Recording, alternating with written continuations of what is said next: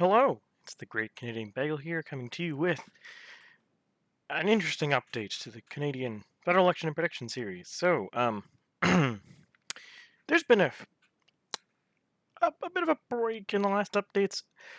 I've been continuing to push forward the model, I'll get to that in a second.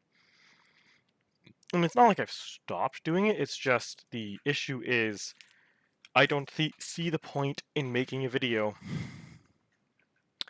when the seat totals are the same, the parties are leading in their respective provinces by about the same amount, and the popular vote totals are relatively stable.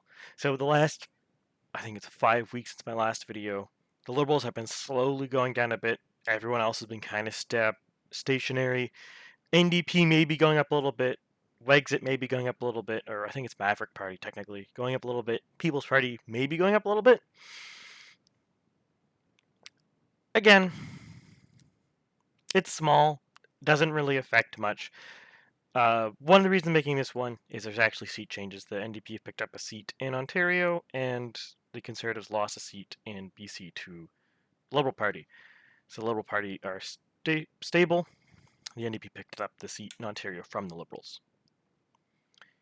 So relatively stable, and that's kind of what you expect. The NDP have gained a decent amount of ground the last couple weeks, and the Liberals have lost a little bit of ground. So you'd expect that. In particular, a lot of the NDP ground that has been gained has been in Ontario, specifically. But here comes the main reason why this video is being made. I found a bug in the code in my model. So, what this bug does affect is popular vote totals. What it does not affect is seat results. So the projected seat results of every single previous video are correct. What was not correct is popular vote totals by province and nationally. Those were calculated wrong. And the way that what was happening, so my model takes a seed value for the popular vote in provinces and nationally to forecast what the riding will do. But the way the model forecasts how every individual riding will project does not yield it is not a uniform transform. So the seed popular vote values are not equivalent to the result if you add up the riding values after the seed goes in. And the mistake that's being made is I forgot to calculate the popular vote values after the riding transformation, or after the riding forecast. That has been corrected now. So I have a new sheet calculating forward. So if we skip here, so this guy is the last sheet without this transformation. And if we saw here, it's kind of more the same. PPC going a little up. Other going a little up, probably Maverick. Liberals going down a bit. Conservative stationary. Greens maybe going down a little bit. And NDP may be going up a little bit. That's where that was. We have these beautiful trend lines. All this data. It's useless. Well, not useless, but it's wrong. This is not correct. This is the data we have correct, and I will note that I have forecast next week today, even though I'm expecting more polls coming out this week, such as Ledger tomorrow. So to ignore the June 27th value, this is just here so my graphs have more than one point on them. So you may ask yourself, who are the big losers of this correction? And the answer is everybody but the NDP and the Maverick Party. And the Bloc. The Bloc, NDP, and Maverick Party gained votes by this, or vote share, and everyone else lost vote share. Conservatives lost quite a bit of vote share.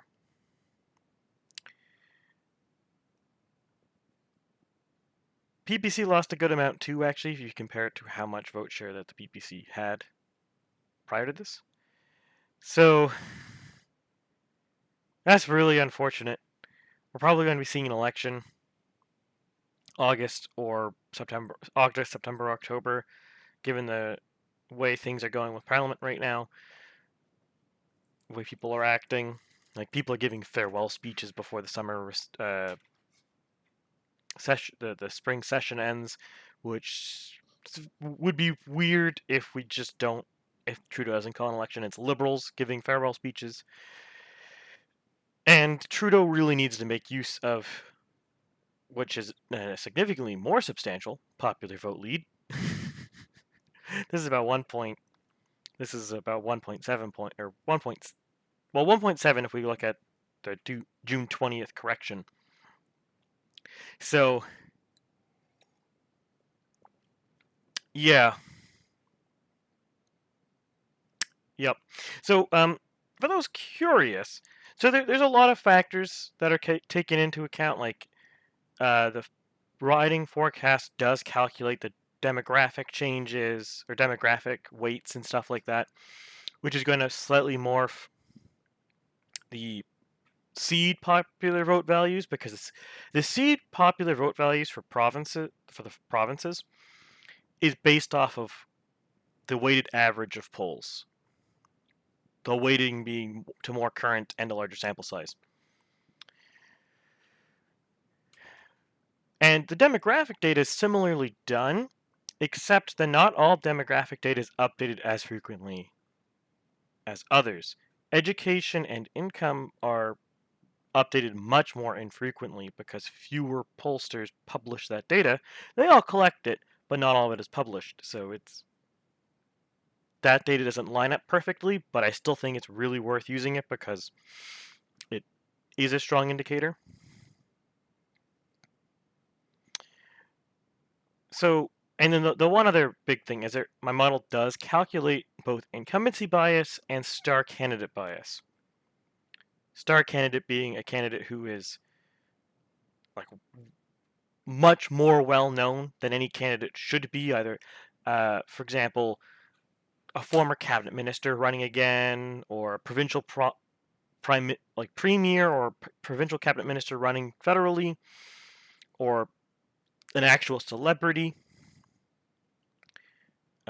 Last election, the Liberals had an Olympic athlete run against in Milton against what was her name, Lisa Riet, the Conservative candidate there, and he was a star candidate because he was famous independent of politics, or sorry, before running.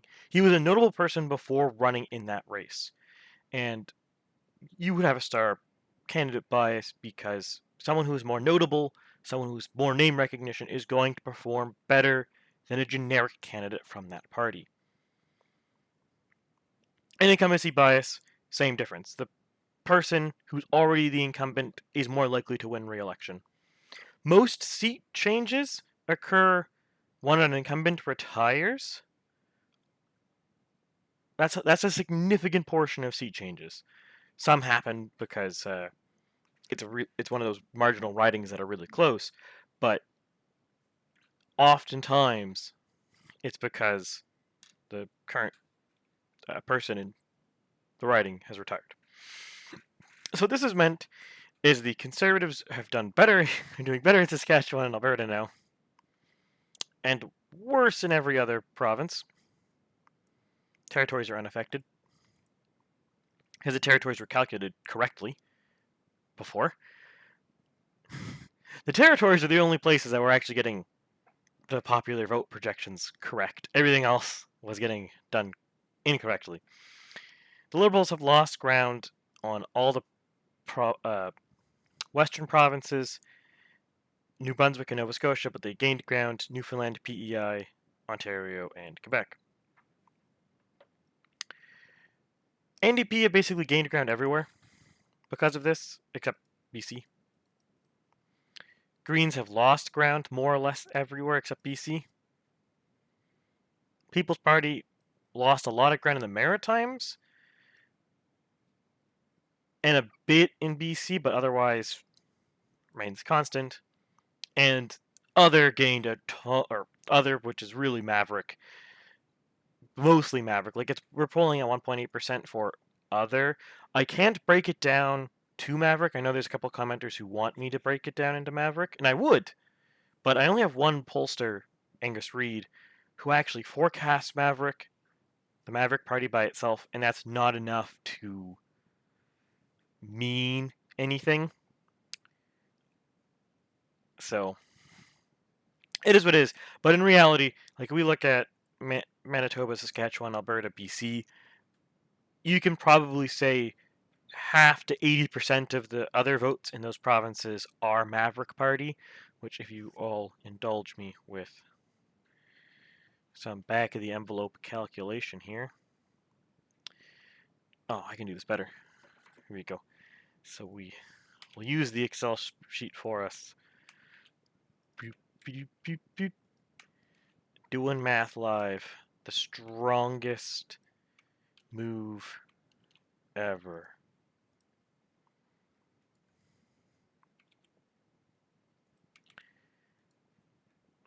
And let's say we're going to take 80% of these across those provinces. I feel like that might be a bit of an overestimate, but we'll deal with it. I'm going to call it about 6.62 or 0.63%. Now, Angus Reid is suggesting that there's actually some Maverick voters in Ontario, presumably Northern Ontario or rural Ontario. But I'm skeptical about that because I don't actually know if the Maverick Party will run candidates in Ontario. I'm pretty confident they will run candidates in Manitoba, Saskatchewan, Alberta, and BC. Ontario, I'm less certain, because if you're talking about a party that wants to see independence from Canada and independence of Canada with Ontario, it's just negative block. You're the block, but backwards. Because at that point, you're not divorcing from Canada, you're just divorcing from Quebec. Sure, you're getting rid of the Atlantic provinces too, but as someone from Nova Scotia, the Atlantic provinces don't matter politically, for the most part. The few elections that the Atlantic provinces matter are few and far between. Like, if we look at the last election, the Liberals won by, 36 votes? 36 seats?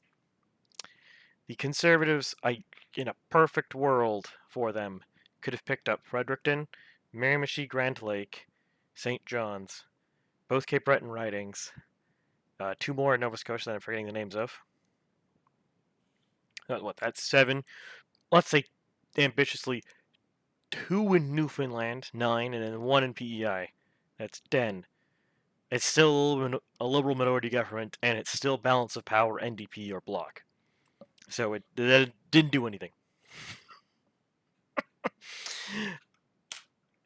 It does occur, but very rare. So that is where we are.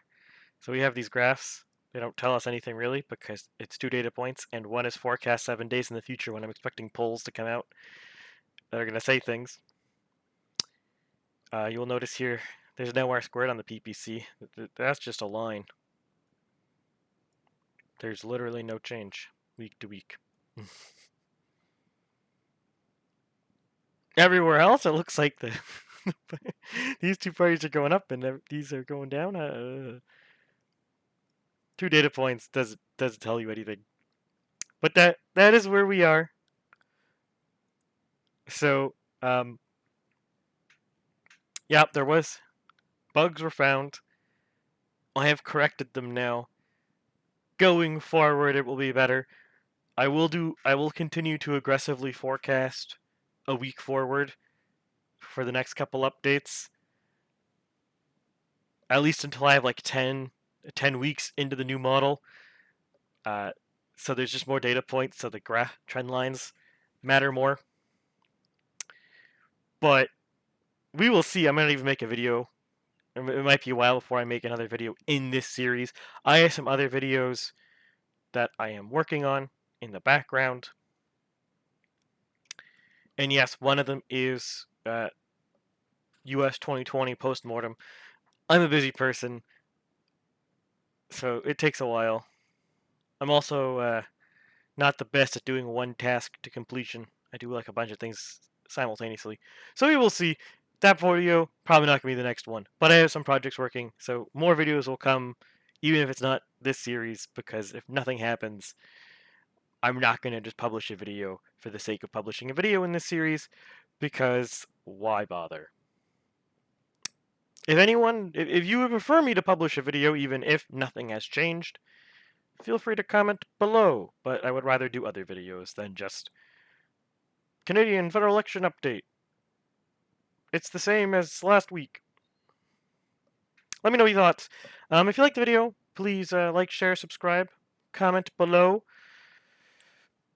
If you have anything to say, if you have any ideas you want to hear. Again, if you want me to actually publish videos weekly, I can do that. I just choose not to because there's no updates in this series. When we come to actual election time period, I plan on more videos. At least once a week, possibly more, depending on if we have enough polls going. So we will see. Until next time, hope you all have a good time.